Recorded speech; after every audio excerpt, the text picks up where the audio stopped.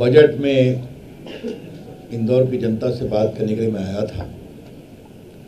इंदौर आकर बहुत ही अच्छा लगता है। अपने युवा मोर्चा के दिनों से मैं इंदौर आता हूँ, बहुत ही प्यारा शहर है, तो बहुत सुखद अनुभूति होती है। बजट पर चर्चा कर रहे थे, आप लोग भी वहाँ थे तो मालूम हुआ ही होगा। दुनिया में जो इकोनॉमिक टर्बुलेंस है, उन सबों के बीच भारत एक स्थायित्व का केंद्र है। और क्या IMF, क्या वर्ल्ड बैंक, क्या डेलॉयट, ये सभी कह रहे हैं कि भारत की अर्थव्यवस्था 6.5 to 7% बढ़ेगी 24-25 में, आगे में। और भारत इस पूरे दुनिया में इकोनॉमिक स्टेबिलिटी का एक बहुत बड़ा प्रखर देश बन रहा है। तो ये मैं इंटरनेशनल रिपोर्ट की बात कर रहा था। अभी इस बार के बजट में जो टॉय इंडस्ट्री, जो फुटवेयर इंडस्ट्री, जो किसानों के लिए, जो दाल के लिए, जो 100 एस्पायरेशनल डिस्ट्रिक्ट में खेती को विशेष प्रोत्साहन, जो MSME के लिए इस बार जो काम किया गया है कि उनका 2 और 2.5%, देश में 36 करोड़ MSME है, जिसमें 1 करोड़ रजिस्टर्ड MSME है, तो उनके लिए बहुत विशेष योजना इस बजट में आई है। तो सारी बातें हम लोगों ने चर्चा की। मुझे इसके अलावा 3 बातें कहनी है, फिर आपके सवाल में लूँगा। पहला है कि राहुल गांधी का फिर एक ज्ञान भरा वक्तव्य आया है। उन्होंने कहा है कि इस देश में मेरिट नाम की कोई चीज़ सही नहीं काम करती। दलितों के लिए और हमारे वंचितों के लिए ये गड़बड़ है। तो राहुल गांधी से पहला मुझे सवाल ये करना है, भाई राहुल गांधी जी, आप किस मेरिट से विपक्ष के नेता बने हैं? पहले अपना मेरिट तो बता दीजिए। अगर आप किसी मेरिट से बने होते तो मेरिट के बारे में सवाल करते। तो अगर मेरिट के नियमों का सरासर अवहेलना की गई है तो उनके खुद की नियुक्ति में की गई है। पिछले सत्र में भाषण चल रहा था संविधान पर, उनकी एक रोचक टिप्पणी आई थी, मेरी काफ़ी उस पर बहस हुई थी कि 6-7 साल में व्यक्ति युवा हो जाता है। उन्होंने कहा युवा की नई परिभाषा दी है। कहा तपस्या करने से शरीर में गर्मी आती है। तो मेरा भाषण उसके बाद था कि आज जो हजारों संत सन्यासी हिमालय और कंदराओं में तपस्या कर रहे हैं, वो क्या होगा।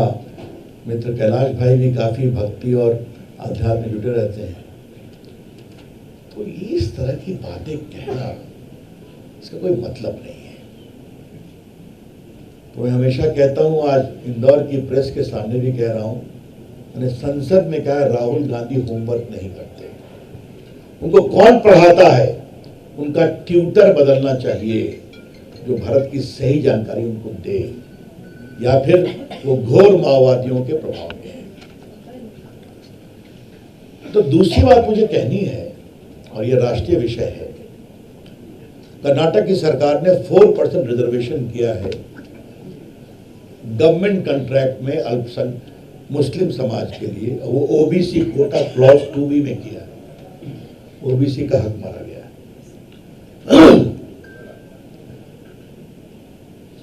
आप उपासना पद्धति के आधार पर रिजर्वेशन नहीं कर सकते। आप रिलीजन के आधार पर रिजर्वेशन नहीं कर सकते। ये सुप्रीम कोर्ट ने बार बार कहा है। ये भारत के संविधान में भी निषेध है। फिर भी वोट बैंक के लिए कहां तक जाएंगे आप? OBC मिलता है तो OBC कैटेगरी में कोई मुस्लिम OBC के लोग हैं तो चले आ सकते हैं, वो बैकवर्ड के रूप में आते हैं, मुस्लिम के रूप में नहीं आते।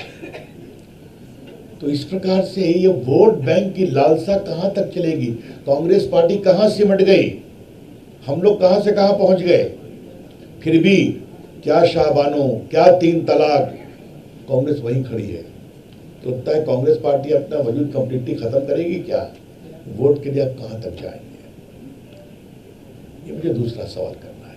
और अंतिम सवाल ये करना है, कल एक बहुत ही अच्छा निर्णय हुआ है योगी जी के द्वारा कि आगरा में औरंगजेब के किले पर जहां शिवाजी को कैद कर रखा गया था, उसके सामने उनके सम्मान में एक बहुत बड़ा स्मारक बनाने की अनुमति दी गई है और महाराष्ट्र सरकार उसको बनाएगी। शिवाजी और औरंगजेब दो व्यक्तित्व हैं भारत के इतिहास के। किसकी विरासत लेना चाहते हैं? औरंगजेब भारत की विरासत नहीं हो सकते। जब भी भारत की विरासत होंगे तो शिवाजी होंगे। अब जो लोग उस पर करते हैं अपनी राजनीति, उनको करने दें, लेकिन ये स्पष्ट जानना चाहिए कि औरंगजेब कभी भी भारत की विरासत नहीं हो सकते। आज उनके डिटेल्स बताने की जरूरत नहीं, उनके क्रूरता के बारे में, कितने मंदिरों को तोड़वाया उन्होंने। लगभग 93 तो एक्नॉलेज करते हैं औरंगजेब के ऑफिशियल किताबों में, या 83 शायद। और बाकी जो उन्होंने किया, क्या काशी में किया, क्या बाकी जगह किया, तो अब ये स्वीकार नहीं है कि औरंगजेब की विरासत को लोग सम्मान से देखने की कोशिश करें। हमेशा शिवाजी खड़े रहेंगे। तो मुझे लगा कि अपनी ओर से कह दूं